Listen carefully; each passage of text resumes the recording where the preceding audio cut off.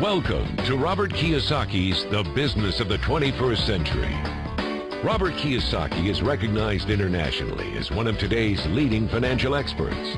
The author of the best-selling Rich Dad, Poor Dad, his books have been translated into 51 languages in 109 countries and sold more than 28 million copies worldwide.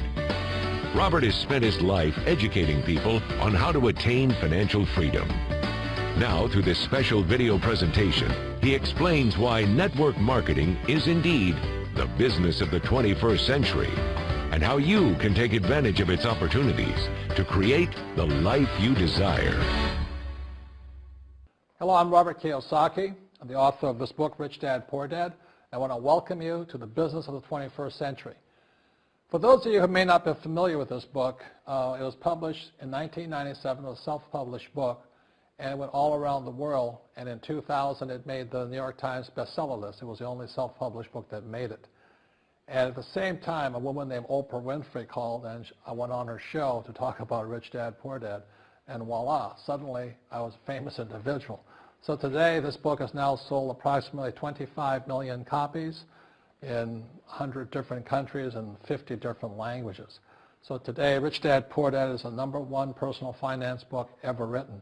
So Rich Dad, Poor Dad is a very simple story of my two dads. My real dad was the head of education for the state of Hawaii. Great guy, PhD, like I said, head of education, smart guy, but he also ran for lieutenant governor of the state of Hawaii as a Republican.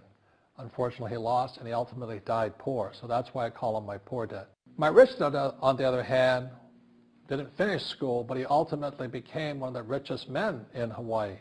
So he was my best friend's father, and starting when I was just the age of 9, my rich dad began teaching me about money and business and why the rich are getting richer and why there's this big gap between the rich and everybody else today. So Rich Dad is a very simple, true story about two fathers, Rich Dad and Poor Dad, tell their two sons about money.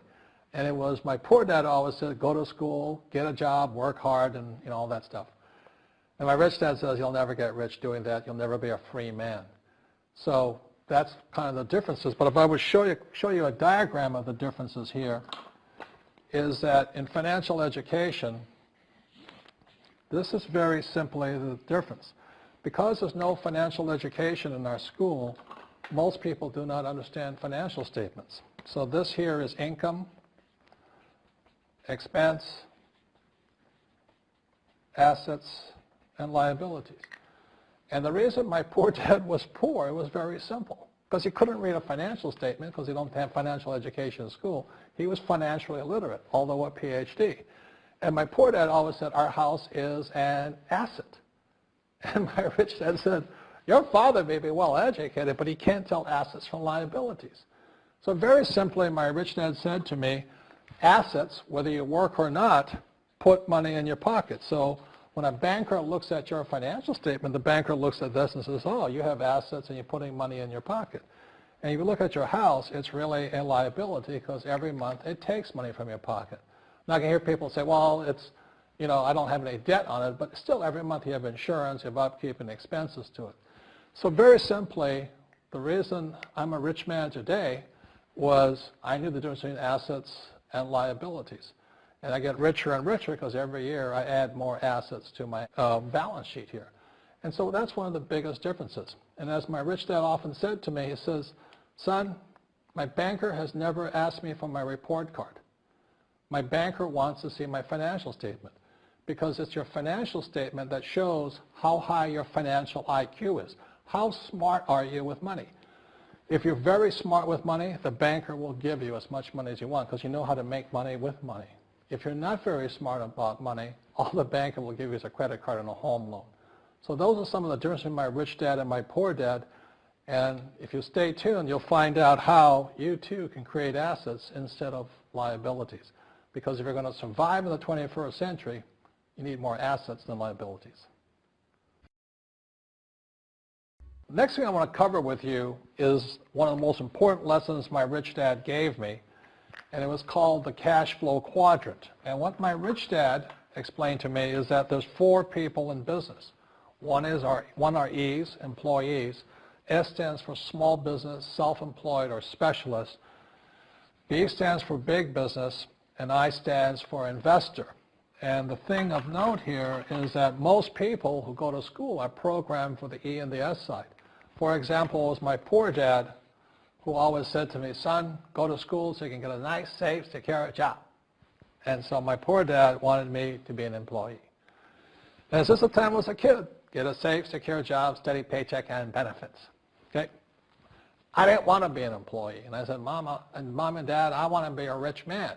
And I fight with my dad. So my mother finally said, son, if you want to be rich, my mother was a registered nurse. And she said, if you want to be rich, the richest people I know are doctors. So my mom wanted me to come over here, be a specialist or a small business person. I said, there's only one problem with that, Mom. Doctors are really smart. And she says, you got a good point there. I'm not going to be a doctor. So I went to school. I have a Bachelor of Science degree. I can drive ships and I can fly planes. I flew for the Marine Corps. But I've never used any of that education because I wanted to become a business owner. So it was my rich dad who basically said to me, become a business owner and learn to be a professional investor. So one of the big differences here between these people is that it's called taxes. See, in 1943 in the U.S., the federal government passed a law that said employees had to pay tax before they got paid. So when you get your paycheck from your employer, you open it up, and voila, the government's always taken a sizable chunk of it. And the harder you work and the more money you make, the more money they take from you. So that's why it's not that good to be an employee, because you can never get ahead, because the more you work, more money you make, the greater they pay in taxes. Now, the doctors and lawyers and attorneys, accountants were all laughing, saying, oh, these guys, they're getting paying a lot of taxes. So naturally, the federal government changed the laws again. And so in 1986 in the U.S., a thing called the 86 Tax Reform Act, and it basically took a lot of the benefits away from people who are self-employed, small business, doctors, and lawyers. So today in America, unfortunately, these guys pay the highest percentage in taxes. It is tragic.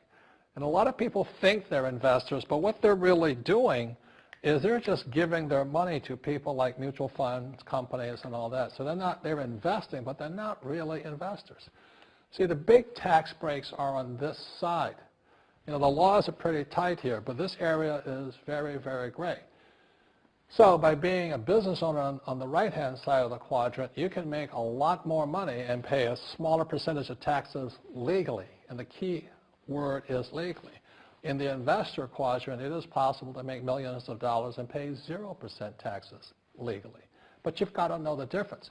So one of the beauties of business for the 21st century is it allows people to make the transition from the E and the S side to the B side especially.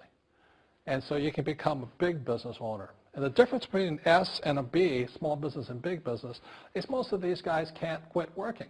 Most small business owners, if they stop working for more than a month, the business collapses. They don't really have a business.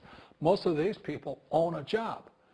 So the beauty of business for the 21st century is it allows these people to make the transition to the B side so that you don't have to keep working hard for money, and the money can actually come in passively. Then once you have your business up and running, then I always recommend you then begin investing with your excess cash, paying less and less in taxes. And that's the reason the rich are getting richer. In this section, I want to talk to you about a different kind of quadrant. Years ago, I found out there was 4 kinds of people in the world. One type are people who must be right. These people know all the right answers. They went to school. They know everything. You can't tell them anything. This is not a good business for them because their minds are too set. Another kind of person is a person who must be comfortable.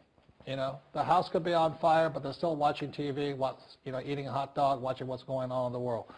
These people are toast because the world economy is not coming back. The world economy has moved on. And people who need to be comfortable will probably be left behind. So the people who need to be comfortable, you probably shouldn't talk to them because you only make them uncomfortable. And they're probably not going to make the move because number 1 priority is being comfortable. Another kind of person is a person who must be liked. They want to please everybody. this is probably not the business for them either, because they want somebody else's approval. They want to be the good little boy or girl saying, I did the right thing, didn't I? You like me, don't you? And so they'll probably not be successful in the 21st century because they'll probably want to be liked by people who have to be right, and people want to be comfortable. All right, good, be comfortable. All right, you're very right. That's probably being liked. But the business for the people of the 21st century are people who must win. And that's where I am at. One of the best things I was taught in the Marine Corps and at military school, it's not how many times you get knocked down, it's how many times you stand up. When somebody knocks you back, what do? Oh, you hurt my feelings? You'll probably not be successful. The world will probably pass you by.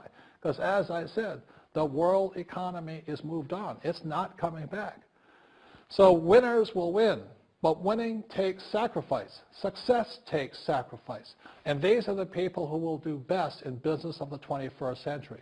So when you're talking to people, about this business, you have to look at them and ask yourself, is this person really just going to be liked and they'll tell you what you want to hear?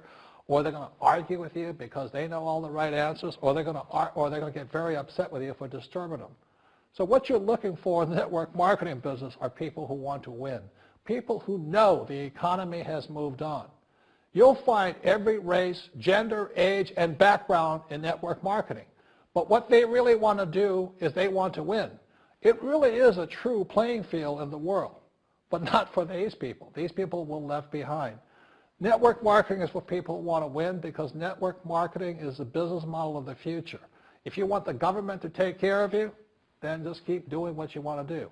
It is possible for everyone to win, but the problem is you've got to commit to it. You've got to say, this is what I'm going to do.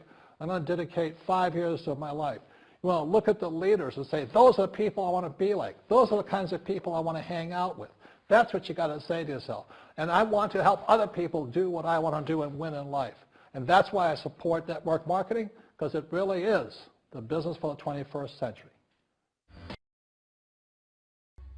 As an entrepreneur, I have built many businesses from scratch. And as some of you know, a lot of them crashed also. Statistics show that most new businesses fail within the first 5 years, 90% in fact. And of the 10% that survive, the remaining 10% crash in the second 5 years. So in other words, most are gone in 10 years. So I've looked at many different models, and one that stands out for me is network marketing. And the reason for that, it takes very little upfront cash. It's low overhead. You can do it part-time. It means keep your daytime job, but do this part-time. And once the business is up and running, it can generate enough income so that you can move from the left side to the right side of the quadrant. So let me tell you about my introduction to network marketing, because I had a very closed mind to it. Since I can build my own businesses, I said, why do I need a network marketing business? But about 15 years ago, I have a good friend, his name is Bill, and this guy is the best real estate investor I know. He has tons of assets in here. So I said, Bill, why did you start a network marketing business? And his answer was very simple. He says, it's my way of helping people. But more importantly, he says, the reason most people can't invest in real estate is because they don't have a business. They don't make enough money simply because taxes, debt, inflation, and retirement savings are killing them. They cannot even invest. So my friend Bill, who is a professional real estate entrepreneur, he says, I started a network marketing business so the people that worked with me could start their own business and then invest money with him. So with that, I realized then that network marketing wasn't about making money, but it was about helping people to help other people make money so they become financially free. So the beauty of network marketing, I said, like it's very low entry point, doesn't take much money, you can do it part-time. And where you profit is in most big corporations is they spend millions, sometimes billions of dollars in advertising.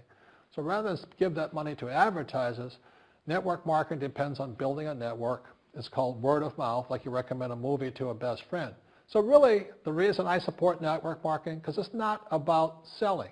It's about people helping people build assets in the asset columns, becoming business owners, and then becoming investors, rather than going through all of this here, which most E's and S's go through.